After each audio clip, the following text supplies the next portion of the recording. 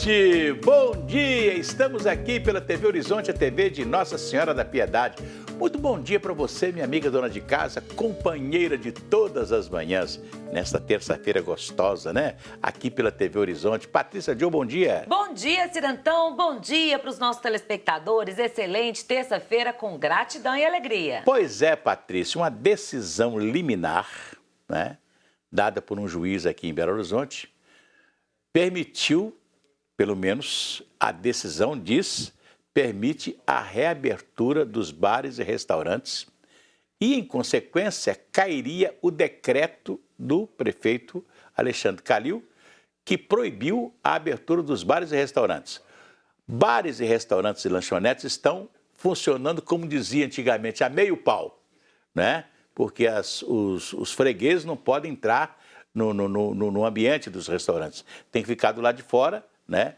Eles funcionam hoje fazendo entrega em domicílio. Delivery. Né? Entrega em domicílio. E as pessoas podem buscar na porta, né? Mas não pode entrar no interior do restaurante, né?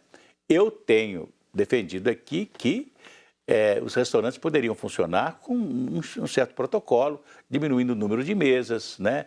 Um espaçamento maior entre as mesas e etc. Tal.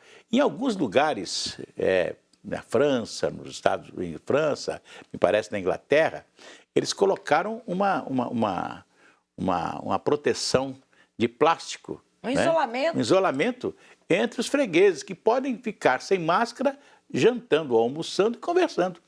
Exatamente. Né? Quer dizer, assim. são protocolos que foram criados para enfrentar a pandemia enquanto não existe a vacina. É isso? É isso mesmo. Mas a Prefeitura de Belo Horizonte, ontem mesmo, quando saiu a decisão judicial, a Prefeitura de Belo Horizonte disse que iria recorrer. Aliás, o Procurador-Geral da Prefeitura, que é o Castelar Modesto Guimarães Filho, que também é presidente do Conselho Deliberativo do Clube Atlético Mineiro, vou lembrar aqui, porque ele está brigando com o presidente o Sete Câmara do Atlético, os dois estão brigando aí, estão numa briga danada.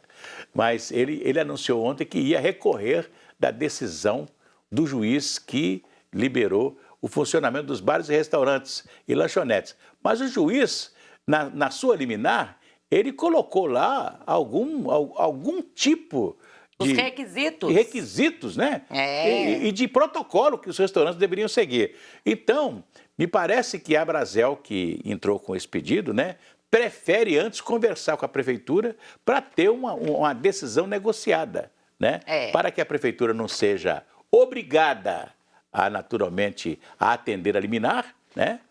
E fazer uma negociação, né, justamente para poder a abertura dos bares e restaurantes ser uma coisa mais tranquila, mais devagar e etc., sem ser essa coisa assim como já aconteceu em Nova Lima, quando o pessoal invadiu os bares e restaurantes, parece que está todo mundo com a fome de bar e restaurante. Nós mesmos falamos sempre, né, Patrícia? Nós estamos com saudade do Tip Top, claro, né? E muita saudade, Cirantão. Lá do Restaurante do Porto.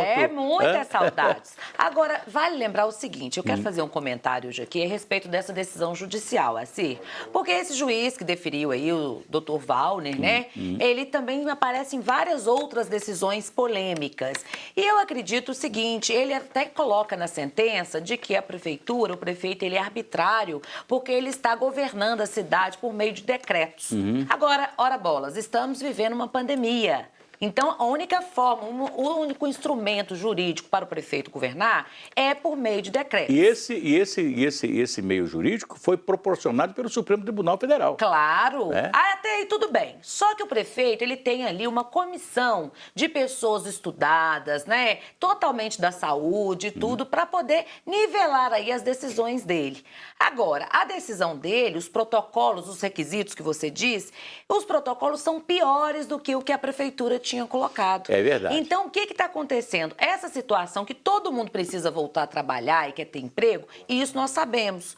Agora, o que tem que fazer? Essa reunião que a Abrazel vai fazer com a prefeitura, isso se chama mediação de conflitos, deveria ter sido feita antes. Pois é, Patrícia. Porque, só terminar o raciocínio, porque na Constituição Federal está lá muito bem claro que os poderes, eles devem ser harmônicos e independentes. Claro. Então, aonde que o prefeito foi eleito pelo sufrágio universal do povo para governar, Não é o juiz que tem que colocar a mão.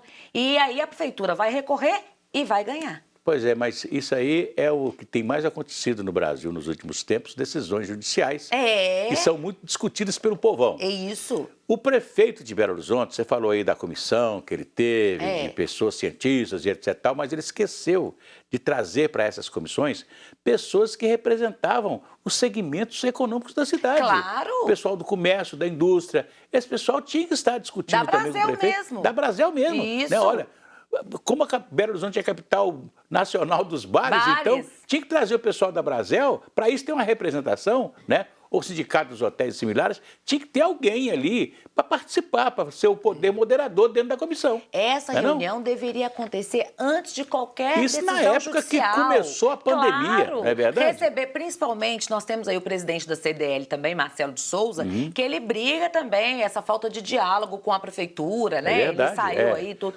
Todo mundo governar por decreto está tudo bem, porque a Constituição permite e a decisão judicial permitiu, mas o importante também é saber como conversar com as lideranças, né, da cidade. Volto a dizer que, Cirantão, saber ouvir é uma arte. E a comunicação, ela se processa no saber ouvir. É verdade. Não é no falar, é no ouvir. É verdade. Então, né, mas agora tem uma boa notícia. Então dê mas uma antes boa eu vou notícia. cantar aquela musiquinha. Canta pra gente. Vai tudo bem, muito bem, muito bem, muito bem, muito bem, muito bem, bem. Com pílulas de Lucem. Sabe aquela dorzinha urinária, aquela sensação de queimação e ardor? Pílulas de Lucem. Há mais de 80 anos no mercado do Brasil. Em todas as farmácias e drogarias você encontra pílulas de Lucem. Se persistirem os sintomas, o médico deverá ser consultado. Patrícia, a boa notícia é que tem 2 vacinas. Uma da Universidade de Oxford, na Inglaterra, e outra da China, que já estão no Brasil e o teste dela é positivo contra o coronavírus, né? Que notícia maravilhosa, assim. Essa é a notícia que a gente quer dar, né? Já estão aqui no Brasil, né? Os testes já começaram a ser feitos, né? Mas lá mesmo, né? Na Inglaterra e também na China, a vacina já deu positivo contra o coronavírus. E o custo vai ser de fácil acesso? Pois é, né? Isso que a gente está esperando, né? Não é? Normalmente, quando essa vacina, ela vai ser aplicada naturalmente primeiro no pessoal da saúde, né? Que basicamente estão enfrentando o tete-a-tete com o coronavírus. Estão na linha de frente. Na linha de frente, né? É verdade. Depois vão ser outras pessoas, outros segmentos. Até, naturalmente, os mais velhos, né? Vão ter prioridades para isso aí, não é verdade? Né? Mas estamos aí na torcida, esperançosos. Né, até porque tudo isso, esse protocolo todo, é para ver se ano que vem nós já estejamos com a vacina liberada. E com a produção da vacina, não só aqui no Brasil, né? Através do Instituto Butantan em São Paulo, através da Fiocruz no Rio de Janeiro, e até mesmo o nosso Fiocruz aqui, né? Que é a Fundação Ezequiel Dias. Né? Que também vai produzir, que pode produzir essa vacina, né? Então, aí nós teremos essa possibilidade já de todo mundo ser vacinado contra o coronavírus. Agora, tem uma coisa, né, Patrícia? Nós já passamos, eu recebi, do ano de 2003, eu tenho por costume, gosto de guardar as revistas. Minha mulher não gosta muito, não. Que acha que é juntar coisa em casa. Mas tinha uma revista Veja, de 2003, que eles estão mostrando que tinha um coronavírus lá naquela época, né? Que ia ser difícil de ser controlado no mundo. Olha que coisa impressionante. Então, 2003? Quer dizer, 2003, vou te mostrar. 17 anos. Eu vou te mostrar, 17 anos atrás, né? Já tinha essa matéria da revista Veja, que uma matéria principal de capa, denunciando que nós íamos ter um problema muito grave de pandemia no mundo, né? Em 2003, e mostrando todas as consequências do coronavírus daquela época, que é o que nós estamos vivendo hoje, né? Dificuldade de respirar, dores no corpo, febre e etc. e morte. Muitas vidas foram ceifadas, né? Assim, e a gente quer que dê certo, quer que todo mundo volte a trabalhar, porque as pessoas também precisam do trabalho, né, assim? É verdade. Vou cantar aquela musiquinha aqui. Então canta. Se a criança acordou Dorme, dorme, menina, tudo calmo ficou, mamãe tem auricedina. É um analgésico e antisséptico de uso local para adultos e crianças, todo mundo sabe. Dor de ouvido tem nome. Auricedina, você encontra em todas as farmácias e drogarias do Brasil. Se persistirem os sintomas, um médico deverá ser consultado. Patrícia, está dando o que falar? O que, Assir? A live do governador Romeu Zema, que ele acho que fez um domingo à noite. Ele ficou nervoso, hein? Ficou nervoso, só foi publicada ontem. Então, eu vou pedir um intervalo e depois do intervalo nós vamos falar sobre essa live do governador. Combinado. Combinado? E vocês fiquem aí esperando pela gente. Até já.